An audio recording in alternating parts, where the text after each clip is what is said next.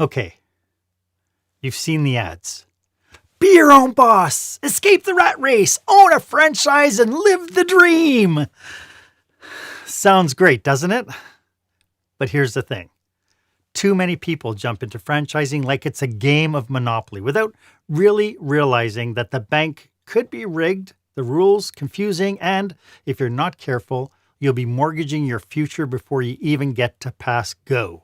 Forget about the jail. When it comes to franchising, you need to know what you're really signing up for, and that's what we're talking about today on Marc Haine Live.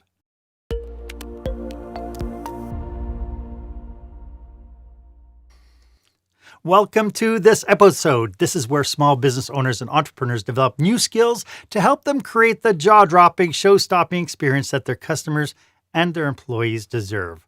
I am your host, Customer and Employee Experience Strategist Marc Haine. Thank you so much for joining me today. I'm so glad you're here for this ride because it's going to be awesome. My guest today is a franchise veteran, Guy Coffey, and today we're going to be pulling back the curtains on the realities of franchising. What works, what fails, and the costly mistakes too many business owners make before they even open their doors. If you've ever wondered whether franchising is the right move for you, this is the conversation you can't afford to miss. So my one ask is that if you know somebody who could use this information, please share this link. I know that there's lots of small business owners out there thinking, boy, it would be pretty cool for me to be able to franchise my business, or business owners out there going, I wonder what kind of franchise I should get into. Owning a business sounds like the ultimate freedom, doesn't it? I mean, you call the shots, you set your own hours, and you build something you could be proud of. That's the dream. But here's the reality. Every year, countless people dive into franchising without a plan, believing that buying into a brand is a guaranteed shortcut to success. They assume that the system will do the heavy lifting and that all they need to do is have a good location and put a sign over the door. And then reality hits. Hard. And that brings us to our question of the day.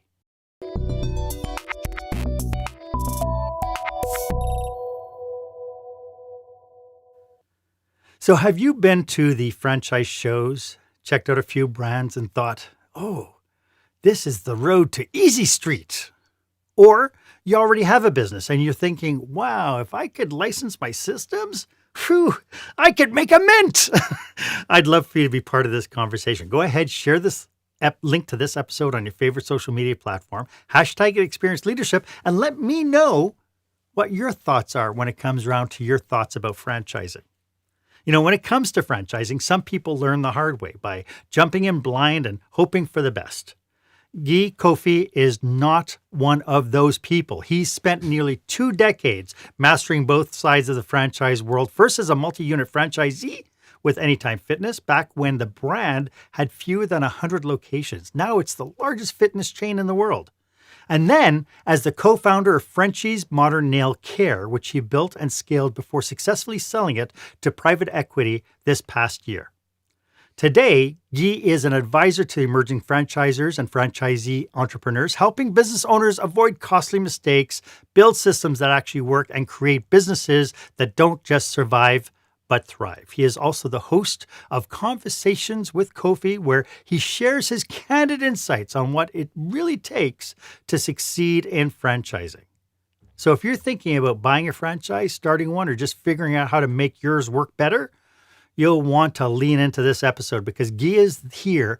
He's done it. He's been there. He's bought the t-shirt and he's got the hard-won wisdom to prove it. Guy, welcome to the show. It's great to have you. It's great to be here. I really appreciate the opportunity to meet with you and to share some of what I've learned in my path and my journey, and hopefully get some people to consider it with eyes wide open.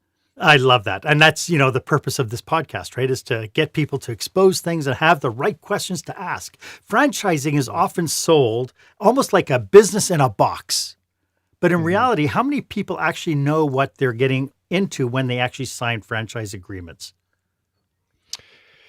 Well, if at the surface, if you just listen to the ads or, watch the ads or read the ads or talk to, some franchise development folks, it is sold as a business in a box. If the brand name is really well known, that's going to carry you a long way.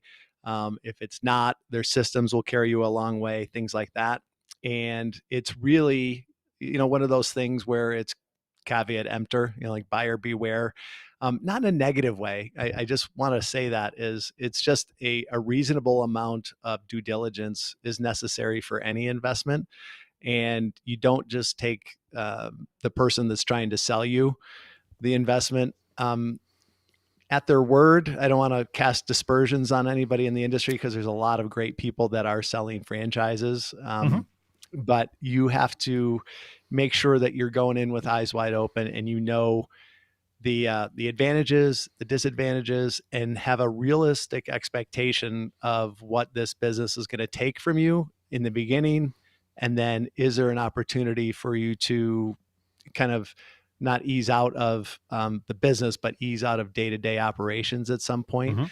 And I think the biggest thing that people go into and that are surprised about is most franchises, single unit owners, things are small. They're small businesses, and any small business that's starting out, even if it's a fantastic model, it's going to take time and effort and energy. The leader is going to set the tone and the pace. There's a necessity for a leader to be in there for a while and to learn everything and to be able to lead those systems and those operations going forward. So that is the biggest thing that I see in franchising is people aren't even in our own case, like here's the key word to listen for: absentee ownership or semi-absentee ownership. Or is it a full-time owner operator necessity required from the franchisee? So obviously, if you tell someone that it's going to be absentee owned, that's really appealing to people because like, oh, okay, I've got enough money for the territory fee and a couple months of operating capital, and I can still have my full-time job, or I can still run this other business. And that's often not the case. So then you get to semi-absentee, which is where a lot of franchises are advertised basically is like, it's semi, like you get to work on the business, not in the business. And I think that's where there's a gray area that often in the sales process the amount of time, effort, energy, passion that you're putting in can get minimized in the sales process aspect, but in reality, it still is necessary. And then if someone's saying that you have to be an owner operator, well, a lot of franchises aren't going to lead with that because that limits their buyer pool to so many, because you can only work with one business then. An example of that is like CrossFit gyms. Although it's technically not a franchise, they only allow their owners to have one, as they call them, boxes, and that's because they want that owner in there and operating it. And I'm not putting up and heavily dedicated to the brand, right? Yeah, the owner's going to be in there on the daily all the time. So, for instance, with Anytime Fitness, when we got into that, as you mentioned, there was less than 100, and their operations manual and their design manuals were. Our design manual back then was find 5,000 square feet and buy a bunch of purple paint. It's vastly different now. They've gotten better and better and better. And as we've gotten better at operating them, it truly is like my operating unit is truly absentee owned. I go there 4 or 5 times a year. And I'm on the phone with them about 1.5 to 3 hours a week. That's it. Yeah.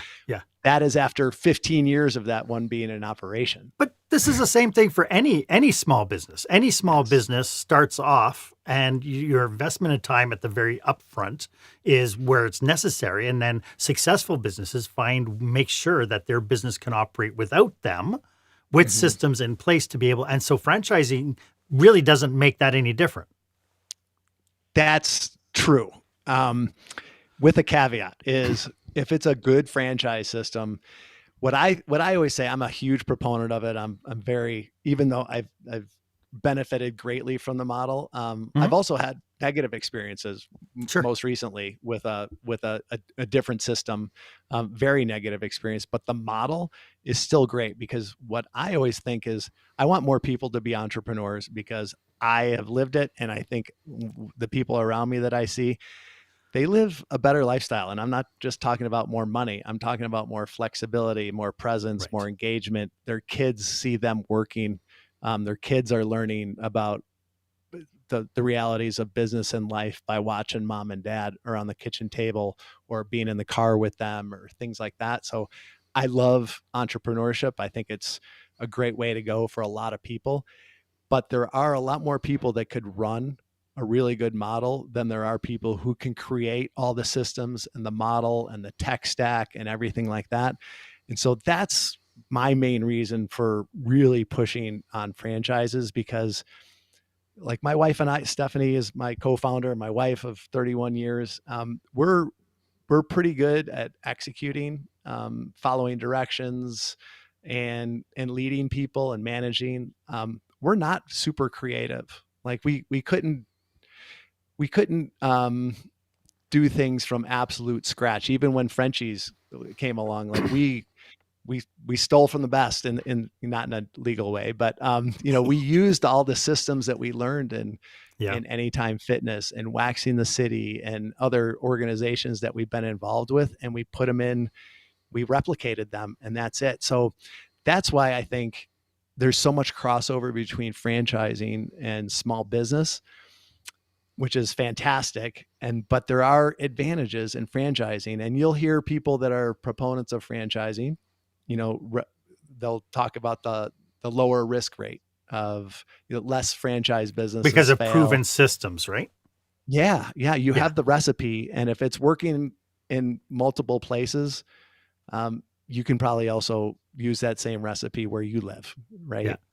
Um, Uh, Out of curiosity, are there any, like, what are the biggest misconceptions that new franchisees have when they step into a franchise? What are some of the kind of things that take them off track that they go, "Oh my God, if I'd known this."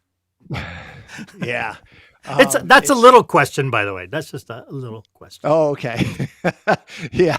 Well, I would say, Oops. it comes down to human beings. It's people. It's for businesses, people helping other people solve problems, right? And that's the biggest thing, is especially if someone's coming from a corporate background, and all of a sudden they're working in fitness or beauty or home services, they kind of expect people to have the same um, career aspirations, motivations, drives, standards, things like that. And then they get into the small business world, where, if someone doesn't show up for work, they're not putting their family at risk. They're not putting all their health benefits at risk, because you're usually not offering that when you're starting out as a single unit franchisee. And you have people that don't show up for interviews, or say they get hired and then they never show up for the first day of work, and they're like, I did not sign up for this, I don't know how to handle this. So the people aspect is the number one thing. And then the sheer amount of time, if the franchisor hasn't really prepared them in the beginning for, like, we used to tell people, like, first 6 to 12 months, you should be in the business. You should know that business backwards, forwards, come across all the exceptions to the rule that you're going to have. And then you're in a position to set the tone and set the pace. And then you've also dealt with a lot of the weird stuff that comes up. So then you can actually step out and help other people guide that. So I think that's the other thing, is we've had people that tried to keep their full-time job while they're starting a new franchise system. And my advice to people is, you have to cut the cord.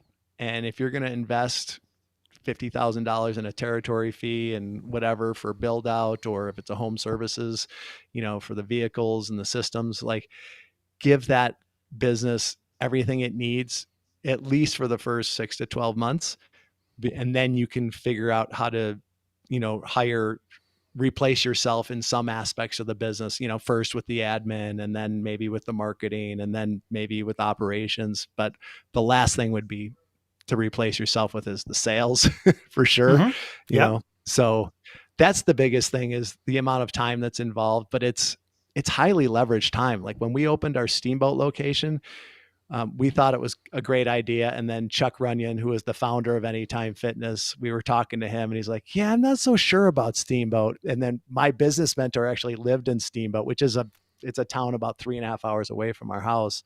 And it's near nothing. You have to go over 2 mountain ranges to get there.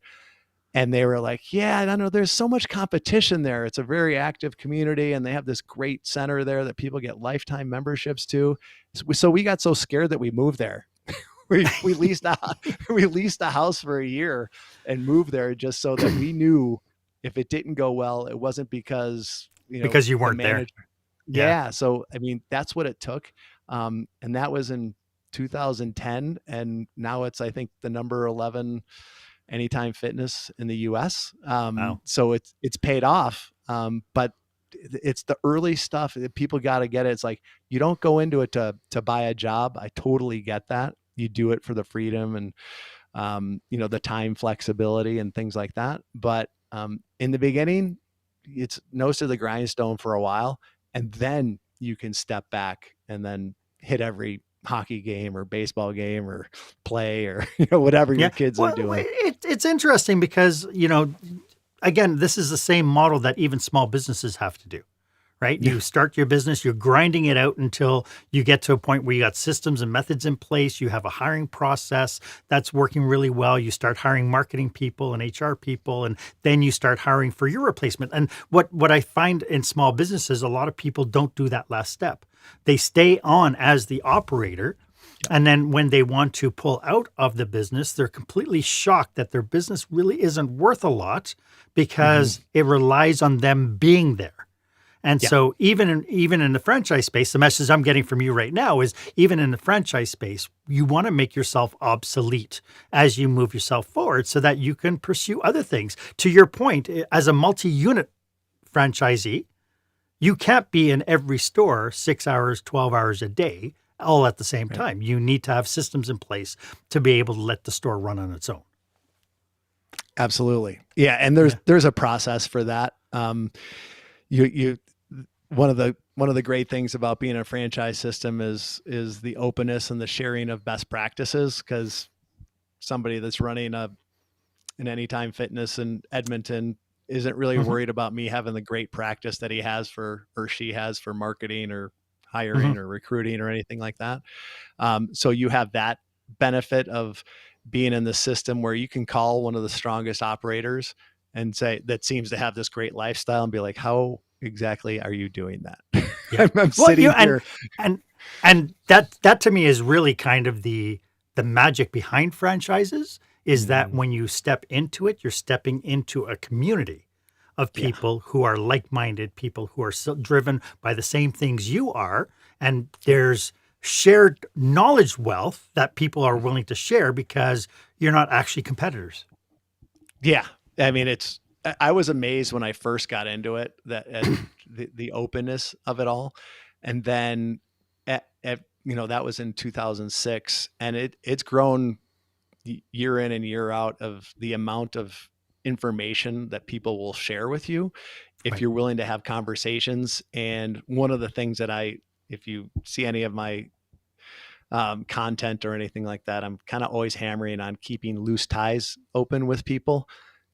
Shoot them a text, happy birthday, something on LinkedIn, because you don't want it to be like the next time you're going to want to ask them for a favor or a tip, or like ask them like, how the heck are you doing that? Like, I see how you're living, and how are you doing that? They're going to be more amenable to picking up the phone or getting on a Zoom call and sharing that information with you. Right. And it's huge. And I've even seen it like in the beauty industry, but that we were competitors in, with other people, that we would even share best practices in there, because we know it's not about having the right playbook. It's all about execution. Yeah. you know, And if and you're there's a doing, philosophy that the tide will raise all boats, right? And so, things like the franchise shows or the franchisee kind of retreats and management trainings and all these sort of things help bring that community together. So from a business entrepreneur standpoint, yes, you're a entrepreneur, but at the same token, being part of this community, you're not by yourself. yeah, you know, the tried and true saying in franchising is you're in business for yourself, but you're not in business by yourself. You have Mm, someone else running the same model. But that, I would say, that's another thing. If someone's considering getting in franchising, or if they're considering starting a franchise themselves, it's all about engagement. You know, I was a preferred vendor for Anytime Fitness as well. I used to do their resales. So if somebody was trying to sell an Anytime Fitness and wanted to go through the corporate route rather than do it themselves, my company would do that. And I've sold Anytime Fitnesses for $80,000, and I've sold them for $800,000. Same model, same types of markets. And then, you know, the $80,000 guy or gal will be like, yeah, it's a model. It doesn't work in this town. It doesn't work in my market, all these kind of mm, things. And I'm like, yeah, well, like I have two that are in markets smaller than yours and they're doing okay. And I'm not trying to brag on myself. It's just like a lot of people have this uniqueness. They think their town is so unique or something like that, yep. the model doesn't work there. And it's more likely the model does work there. And the challenge, which was my point, sometimes I get off point here, but I'm coming back, is that they'll disengage from the system. If they don't Yeah. think that the model is working, they'll disengage from the whole system. Even their franchise business coach will be trying to reach out to them, and they're like, all they're telling me is how to run this model and it doesn't work for me. So they just cut off all communication. And that's the last thing you ever want to do. It's like, if you're having Mm. troubles, you got to have more conversations, not less. Yeah, you and know, it's and amazing what support is out there. I know we have a Boston Pizza franchise that when it first started up in our community, the first 3 years, they really, really struggled to get it off the floor. And it was Mhm, it was for the fact that they had the support of head office and the mhm. other Boston Pizza franchisees around them that they were able to get over the hump of those first 3 years and really make it a success. Yeah. Yeah. And it's, the answers are out there. They're probably not in your own head. I know Yeah. that for myself. I've done it over and over again. Like, and to be honest, I watch people's lifestyles and I'm like, how are you doing that? So there was a guy, actually up in Canada, Ontario, and he had a few Anytime Fitnesses, and he was always off doing stuff, and I'm like, how are you doing that? And he's like, well, I have really good managers, and they can work in any one of my clubs very easily. And I was like, well, everyone's a little bit different. And he's like, no, they're not. I was like, well, different markets, even stuff in the office is different. And he goes, no, it's not. Like Yeah. the paper clips are in the same drawer, in the same file in my Mississauga club as they are in the Toronto club. Like, he had everything identical so that his managers, it didn't matter if someone was on vacation, someone else would go in there. I was like, I've never thought of that. So I Mm. tried to imitate that, because that gives you time freedom. If you Yeah. have someone that can run that club just as well as you can, so there's just tons of knowledge, but it's stuck in other people's heads. And in franchising, you'll find the worst question that you can ask top performer is, what are you doing different? Like, you're doing 900 grand a year and I'm doing 600 grand a year. What are you doing different? It's the worst question, because the top performers don't know what they're doing different from you. Yeah. Yeah. They're just running it how they run it. Yep. And you so know, and so part of the right thing could be, could I maybe shadow you for a couple of weeks? oh yeah. Right. Yeah. Hey, Or hey, have a manager. when we come back, I'd like to turn the coin over and talk about the franchisor side and what mistakes they make when they Mm, decide they want to franchise, and we'll get to that right after this. great. When the spotlight shines on your business, are customers applauding or yawning? In other words, how is your business performing? Make your business a star with the new book, Lights, Camera, Action: Business Operational Excellence Through the Lens of Live Theater by Marc Haine. Marc uses his business and acting experience to help you see your business like a live show, so you can create a performance your customers will never forget. Buy Lights, Camera, Action today at your favorite online retailer or directly at marchaine.com. Welcome back. We are having a great discussion about franchising and franchisees, and now I'd like to get on to franchisors. But before I do that, Guy, you have a book coming up. Now, I know it's not published yet, but at some point we're going to have to put the book, when it is published, into the show notes. You want to tell us a little bit about what your book's about?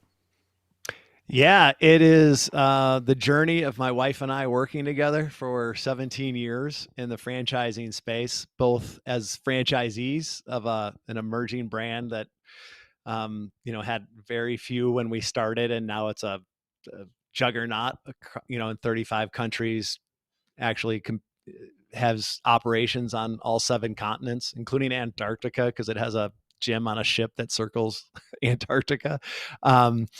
That, and it's the stories of small business, the challenges, the joys, the opportunities, the pitfalls, and stories that came out of that, and that kind of highlight franchising, small business ownership, also working with your spouse, because whether they're actively involved in the business, like Stephanie and I are both actively involved, or their wagon is just hitched to the business that you're running because it affects the family, or just the spouse. And there's a fair bit of humor in it, because we sometimes, if you're not laughing, you're crying.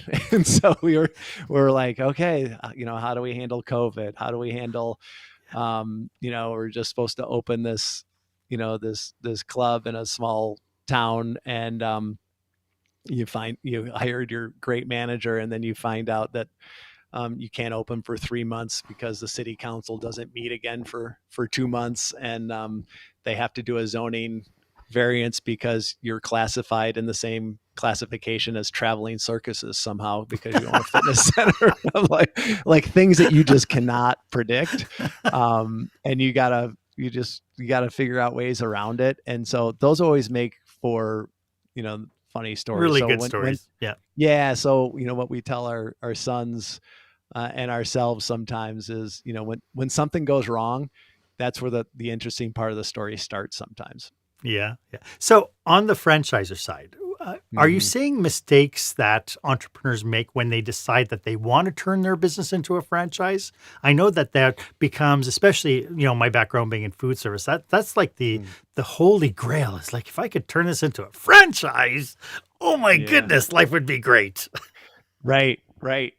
Yeah. The biggest mistakes that people make. So I'm going to take this from a couple different ways. So you have a great operating unit, and I'm working with someone like this right now. They have a great operating unit. The numbers are there. They've talked to some people. The margins are there that it could afford to have other people join and pay royalties and all the fees that are associated with the franchises, and still have a really good growing business.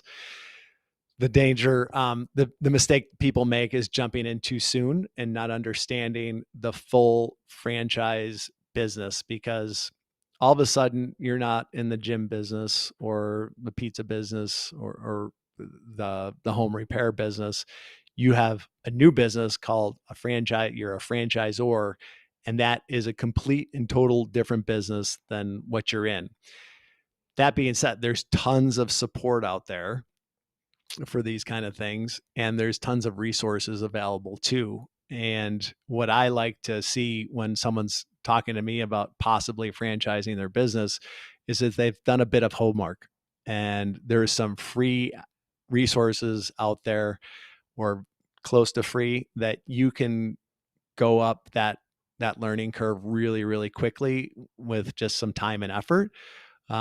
Number one being, in the US, the International Franchise Association is a trade association. They lobby for franchising in the US. I know the California Franchising Association is Canada Franchise Association, the CFA, is also really strong.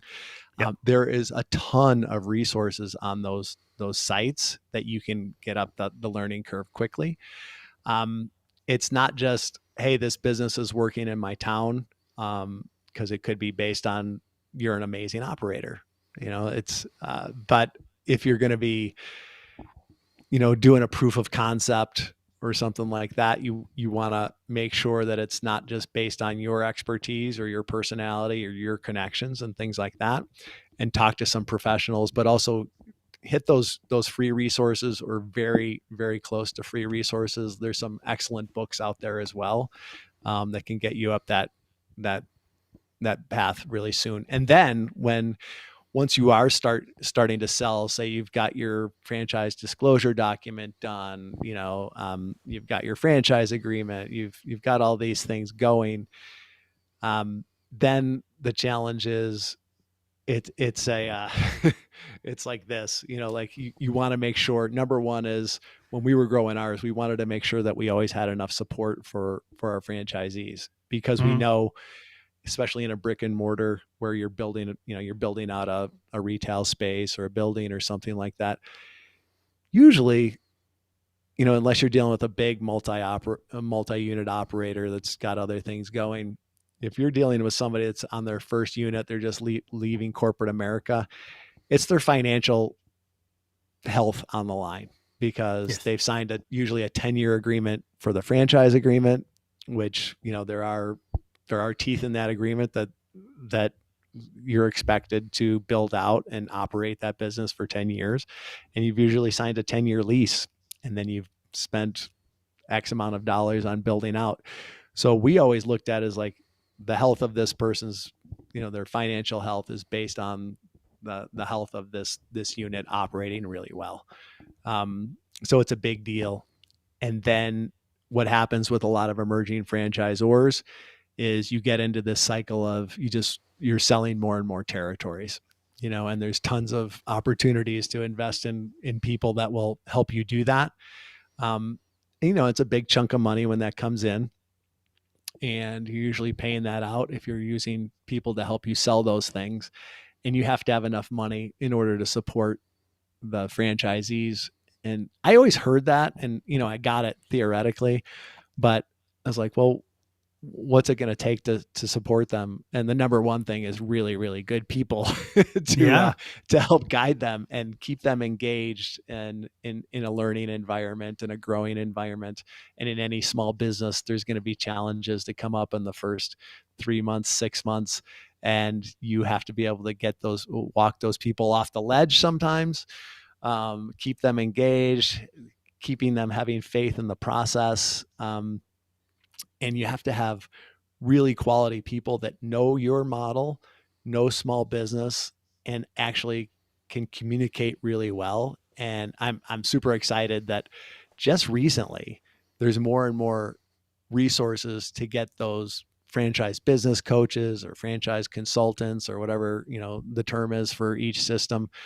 One of your Canadian compatriots, Angela Cote, has AC Inc., and it has a whole certification process to certify coaches, which is, I think that's the linchpin of people having success or not having success early days, because there's no model out there that I know that you put that name up on the door and you build it and people are going to come and things are going to run smooth.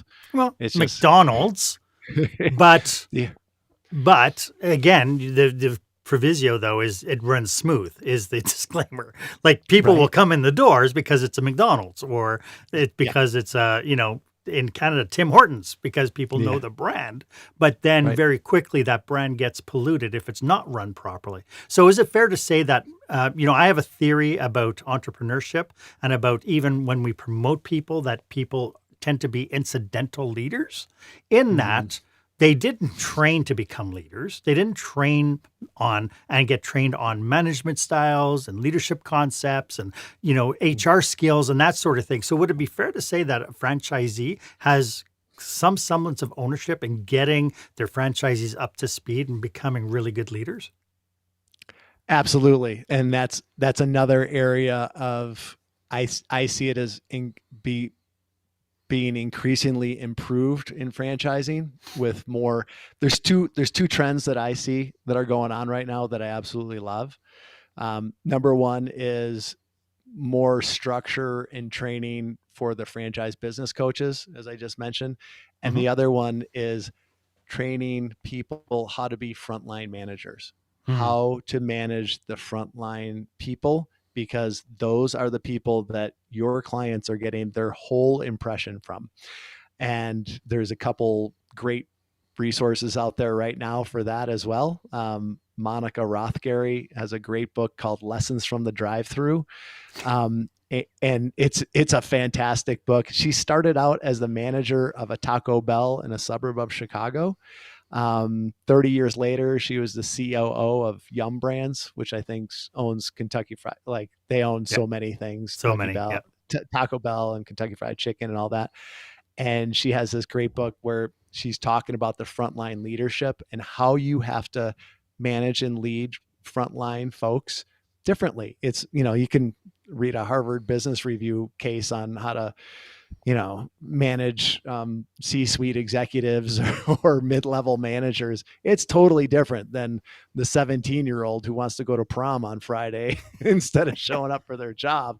Like what's going to keep them, communicating with you so that you can run your operation smoothly. And those are two trends that I see: the improvement in franchise business coaching Yes. from the franchisor to the franchisee, as well as some training on how to manage the front line, how a frontline manager approaches leading and managing their team that's providing the customer experience. Yes.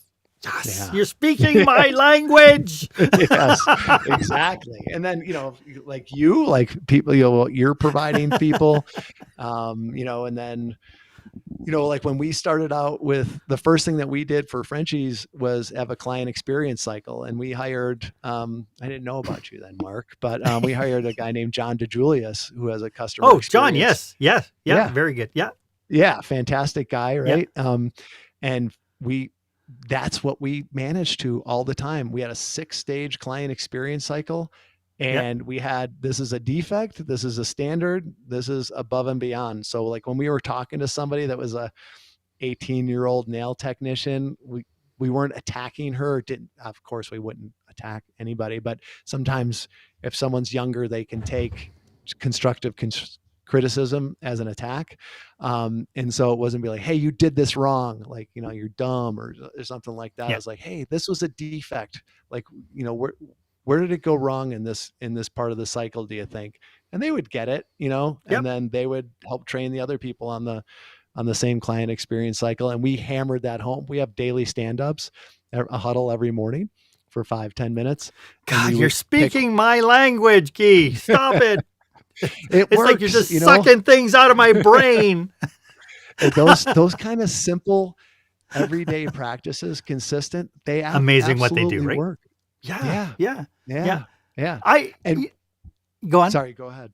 No, you go ahead. I was just going to say, we saw even in our own system, the people that would, like, sometimes literally that huddle is 5 minutes. And if you're not doing it every day, you totally don't get it. And if you are doing it every day, until you don't do it, you don't understand the importance of it. But we had people in our system that would almost refuse to do the huddle, and they were at the bottom of the performance because they're like, it doesn't matter. And and then we would say like, well, these people are doing it and look at their numbers, because we would rank and stack everybody. We shared numbers. Like that's the other benefit of being in a system is, if you think the model doesn't work, but you see someone doing 4 times as much as you, like maybe it does, right?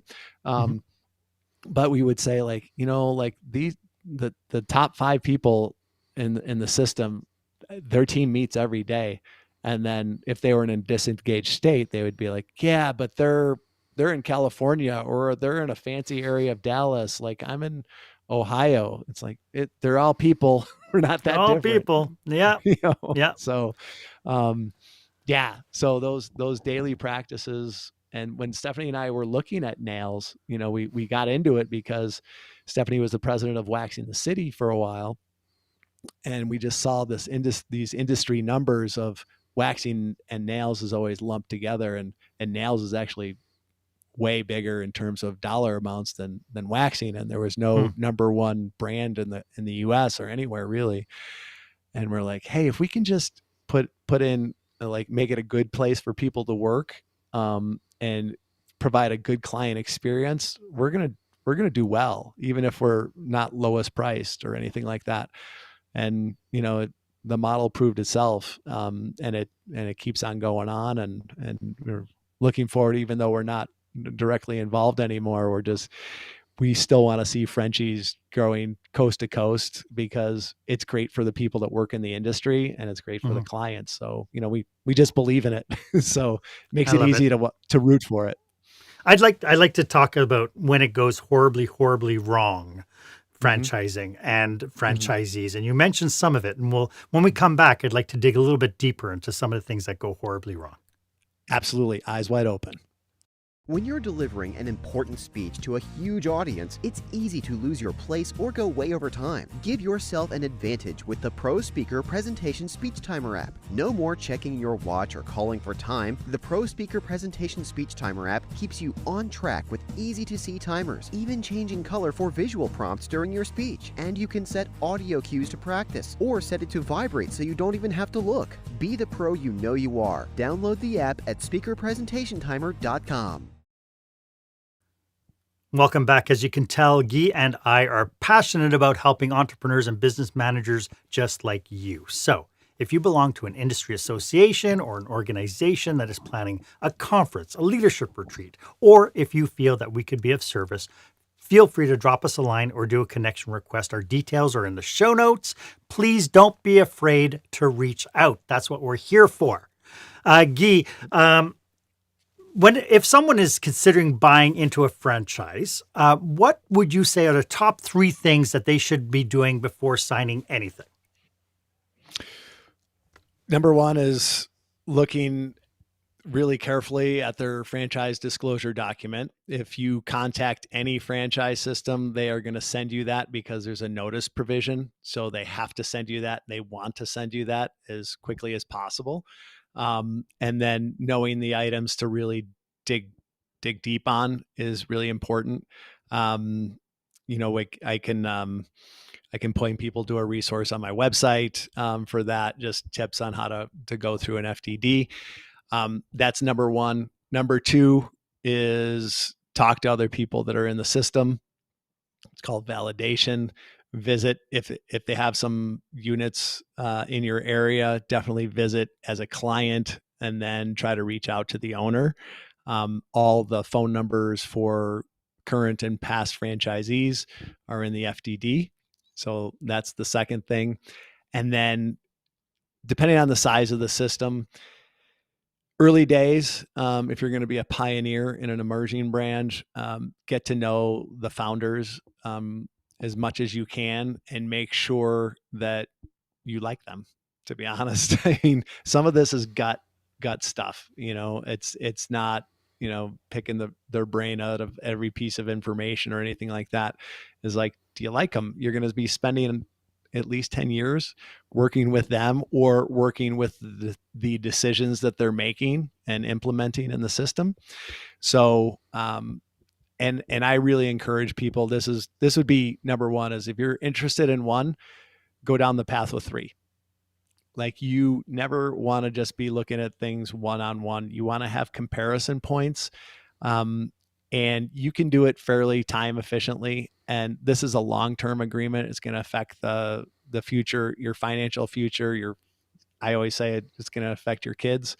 So never look at one solely. Look at, if you're interested in a bunch of different things, look at a bunch of them. Like, look at resale sites. You can look at resale sites and get a lot of information.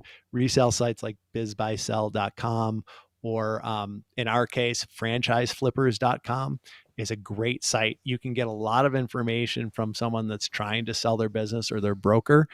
Now, obviously, I'm not recommending wasting people's time, but this is part of your discovery process. And you may be interested in that one down the line. But when anybody's thinking about doing this, I'm like, start early. We have a trainer that wants to own his own gym someday. Mhm. And I said, well, have you looked at any gyms? He's like, no, I don't have any money yet. Like, sometimes it doesn't matter. There's deals that come up, like situational deals that you might, if you're aware of things, you might be able to take advantage of.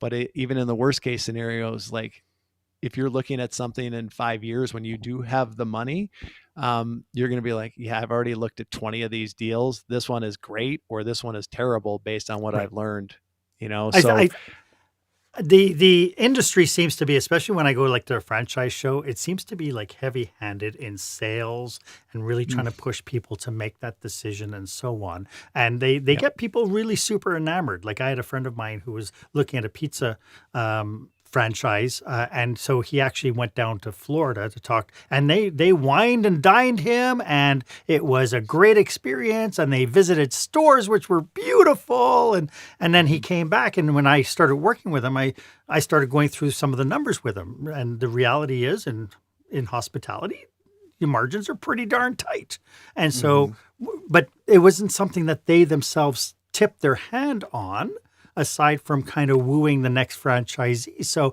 is there a methodology that we can shake out of the excitement of trying something new and, all the kind of ego, the fanning of the ego to really get down and dirty and being able to get out of the emotional decision component and really being able to analyze what you're being given properly? Yeah, there is. So, your client went down to a discovery day, as they call them, as we call them too. It depends on where it is in the process. As part of our process, discovery day was the last part of the sales process. So he had already financially qualified, experience qualified. And then it's really a time for them to come experience a service in our case, and then go out to a dinner so that we can get to know them a little bit better. And they can get to know us and our team a little bit better. And then the next day is want to move forward or not, is because it's a big decision. There's been a lot of lead up to that, a lot of information sharing. So we would have like 4 or 5 structured calls before that, like our marketing call, our unit economics call, things like that.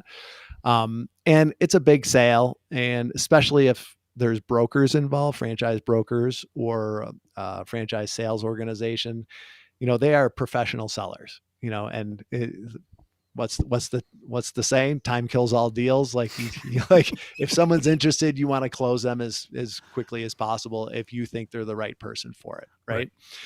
So no shade on that profession or anything like that. But again, I go back to, it's like, it could be the right one for you, but if that's the only one that you've looked at so far, you should probably Expand look at your another knowledge. one. Yeah. Yeah. And it gets a little bit, cause it's expensive, and then It's 10 years, right? I mean, when you sign on that, it's 10 years. Even if it's $1 a year that you're making, it's your time, it's your focus, it's your right. The sacrifices you need to make. It's expensive. Yeah. So if someone was looking at a system, what I would say is look at first, it's easy to get the FDD. All you have to do is request it and do that. That's number one. Like, pick one that you're interested in, and then look at the resales that are available. Go to one of those 2 sites that I mentioned earlier, and you're going to hear the ups and downs of that franchise system from whoever's reselling. And resales aren't always like, when I used to sell, Anytime Fitnesses and other gyms, it is not an indication that there's something wrong with the business. It's an indication of that owner's time. Their chapter for that business is done, whether it's financially, like they want to cash mentally out or whatever. Yeah. So like, don't think resales means like, oh, there's something wrong. Like, people got to retire. They might not have anybody to give it to or whatever. There's always an exit in a business, and it's not necessarily bad. Right. But yeah, get the FDD, look at resales, have a bunch of conversations. I know that sounds really basic, but that's the part that I think people miss, is like, people will pick up the phone You know, like if you call 10 franchisees, you're probably going to be able to talk to 3 or 4 of them. Yeah. And you will get so much information. And just beware, you know, because sometimes that person didn't operate the system really well, and maybe that's their negative, you know. So Yep. that's having multiple conversations is Well, it's like important. evaluating anything. Drop the high, drop the low, work what's Yeah, in the middle. right. The median, right? I mean, obviously there are people out there with all sorts of nightmare stories. For you, the good, the bad. We've talked about all sorts of cautionaries, nightmare stories. You mentioned that you tried to do something with somebody and you lost a ton of money in the process. Can we talk a little bit about kind of what these cautionaries are that we should really, like, from a franchisor perspective? But you know, I'm sure franchisors have got the wrong kind of franchisees in. Right. But Sure. at the same token, sometimes the franchisees have hooked up to the wrong kind of franchisor. Right. Yeah. So let's just like take this from a bad franchisor, Sure. because there are some. They don't last very long. I will say that. Or they can turn into a bad franchisor. Like, you know, we had Quiznos here in Denver. At a certain point, it was, you know, a super hot selling brand. It's going really well. And then they started getting greedy and controlling all their supply chain and overcharging their franchisees for things that they should have been charging less for, you know, like napkins with Quiznos on it and things like that they were exorbitantly priced and they had to buy them. So that's one thing. It's not going to happen too often. My own recent horror story was something that had nothing to do with franchising. It could have been if I bought a business from anybody else. It was just someone that completely embezzled. And so we spent, I don't know, $250,000 on territory fees, and they basically stole the money and shut everything down. Now, that is an anomaly, and there's no way around that, and it had nothing to do with franchising. But what you should look out for is franchisors that are, especially emerging franchisors.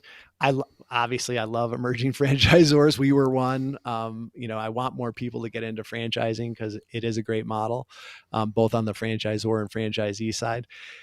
The thing that I would look out for is if it's super hot and they're selling a ton of territories, and there's a lot still in development, meaning they've sold more territories than they've opened, which is normal. That's going to happen. That's called SNOs, sold not opens, SNO. But when that number gets so big, there's a system right now that I went down the path with them. I really liked them. They've got great people on their franchise team, like rock stars.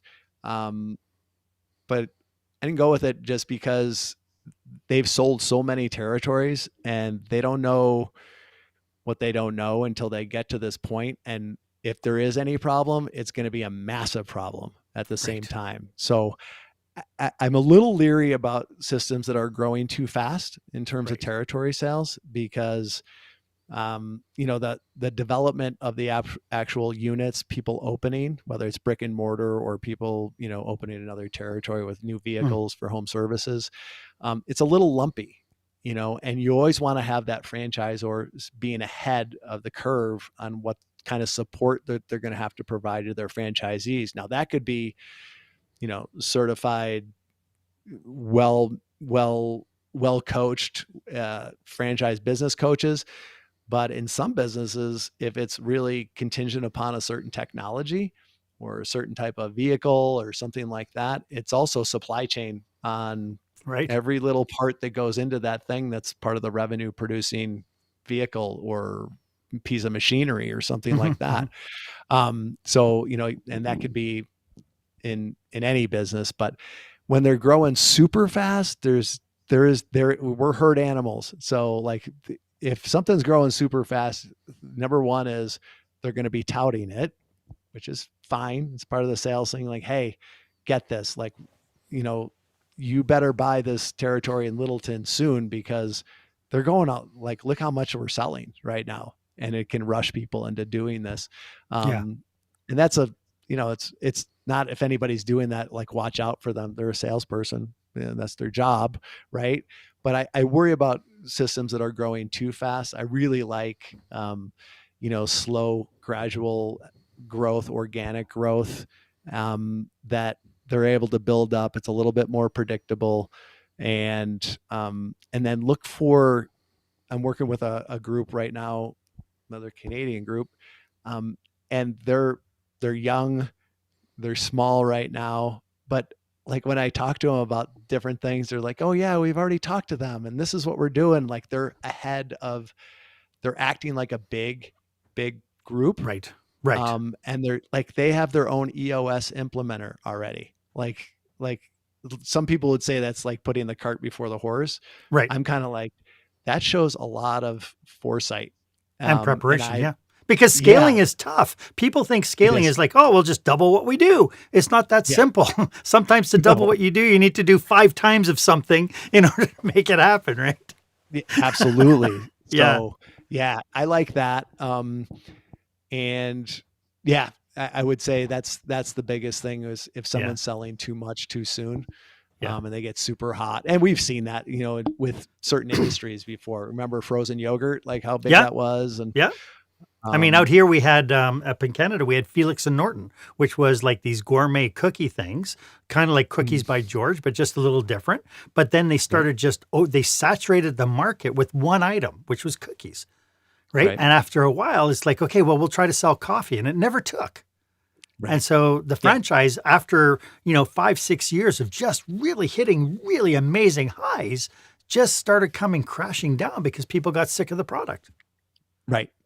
Yep. So And when they were selling a ton, guaranteed, they're like, well, you better yeah, get Edmonton because it's going to be gone pretty soon. And yep, it's yep, true.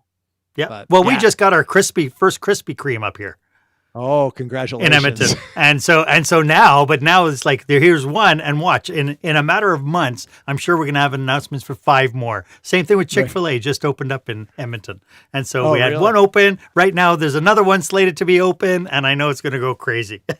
Oh yeah. So it's Chick. it's a crazy business for sure.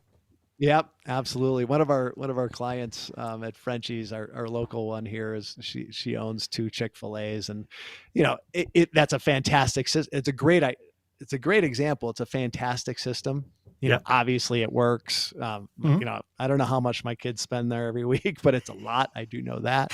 Um, and even that system where it's kind of unconventional and things like that, but it's like last year, she's like, oh yeah, I gotta figure out what to do because, Chick-fil-A owns the real estate. And when they say like, we're going to reinvent, they shut it down for 6 weeks and you got to figure out where to put those folks, and all Yeah. that kind of stuff. Yeah.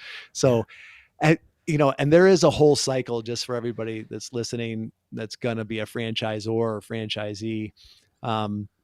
There's a cycle where franchisees in the beginning think the franchisor knows everything. The trust level's super high.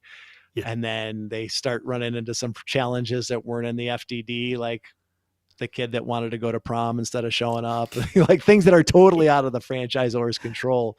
Right. But then they're like, oh, the franchisor doesn't know anything. So there's this Yeah. trough of the thing. And then, the people that get through that later on, they're like, yeah, like I'm glad I have this system. Like when we had our little debacle with the franchise that we bought, and then the person did something illegal. The first thing that Stephanie and I did is we looked for another franchise system that we could do the same business in, and the reason was because we know who we are. We know that Yes. we didn't want to create the tech stack again. We didn't want to create the operations manual and all the processes. And we would happily pay 6 to 8% for someone to handle all that stuff. That's why like the detractors of franchise will say like, oh, it's 6% royalty. It's just they just make so much money on that. It's like, first of all, a lot of that money goes towards supporting and creating new things. Yeah.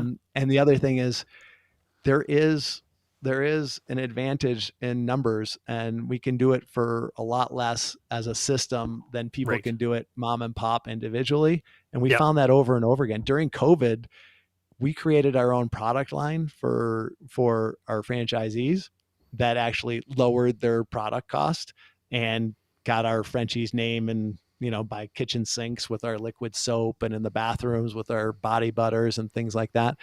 And that was a thing where, like, yes, people had to carry that, but it was like a 25 to 30% savings for them, Sure. on their expense line.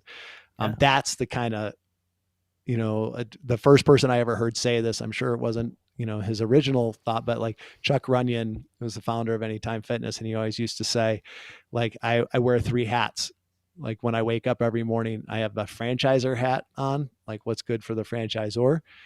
I have my franchisee hat on, like what's good for the franchisee. And then I have my client, like what's good for our members, what's good for the Anytime Fitness member. And that's how we looked at everything with Frenchies. Like, is this a win-win-win? Because if it's not, we can't go ahead. We got to this, revisit it. You know? Well, but I mean, you revisit it and then you figure out how to make it the win-win-win, right?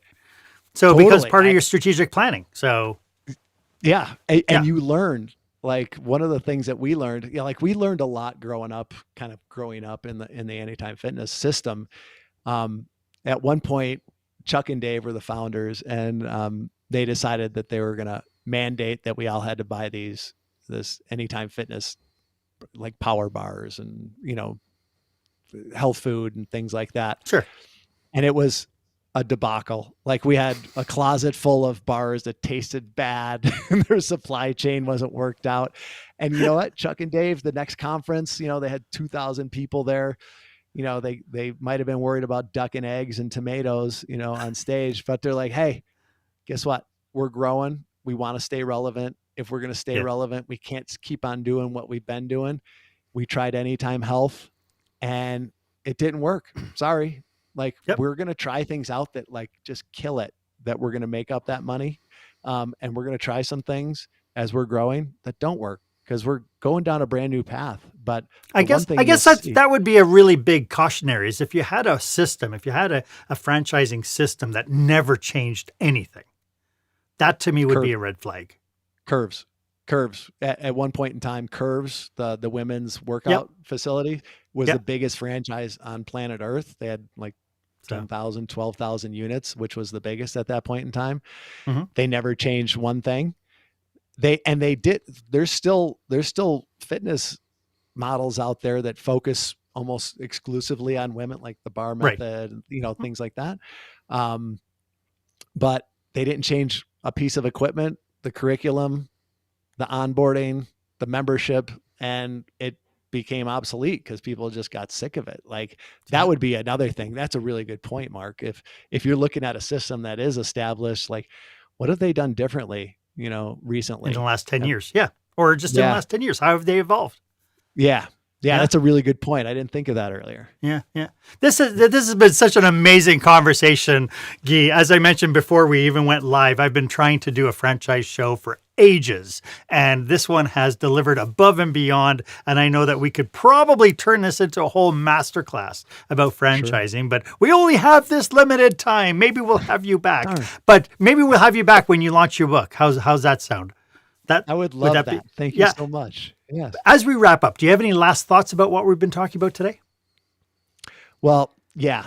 If you've been thinking about, if you're in corporate America or corporate Canada or wherever you're listening, and you've dreamt about trying your own thing, you owe it to yourself and to your family to at least go down the path. It's just time and effort. It's not going to cost you much. There's so much of available information. Please just invest in yourself and spend 5 hours, 10 hours going down the path to learn more. I truly believe that small business ownership, I know this sounds grandiose, but I truly believe it makes the world a better place. It brings people awareness of the codependency. I always give the example, there's a spice shop right down the road. Like, I'm not a cook or anything like that, but I visit the spice shop and I buy rubs there because I want the spice shop people to be there for other people and for my neighborhood. Plus the rub is pretty darn tasty. It sure is. But yeah, I would say, like, if it's crossed your mind, like, scratch that itch and just spend some time. Yeah. Investigate it. I love this. Guy, could you tell everybody how they can get a hold of you if they want to reach out? Sure. The easiest way is on LinkedIn. it's at Guy Coffey. So GUYCOFFEY. LinkedIn is the best place. Also on Instagram, same handle, same thing for Facebook, everywhere. That's the easiest way to reach me. And if you reach out, we can set up a call. I'm happy to talk to anybody that's really looking into this and see if there's some way that I can help. Lovely. Thank you, Guy. Thank you so much for doing this with me today. It's been brilliant. Been an awesome experience. Thank you, Mark. Thank you very much. Hey, why don't you let me know if this was of value to you? As always, my offer stands. If you would like 30 minutes of my time to brainstorm your business with you and your team, feel free to book yourself on my online calendar. The link is in the show notes. It's the one that's marked meetwith.markhaine.com. It would be my absolute honor for me to be of service. And if you're looking for some help with your franchise idea, or you're thinking about picking up a franchisee and you just need to talk to somebody to help you tweak your mindset and figure out some of the I's to dot and some of the T's to cross, please reach out to Guy, because he's here to be of service to you as well. And while you're at it, why don't you go ahead and leave a comment or review about this episode? I'd love to get your feedback. Was this of value for you? Did you get any real nuggets of wisdom from Guy today? Let me know. I'd love to know. Thank you so much for joining me today. My name is Marc Haine. I hope you stay safe, stay healthy, and I hope you dare to be the exception.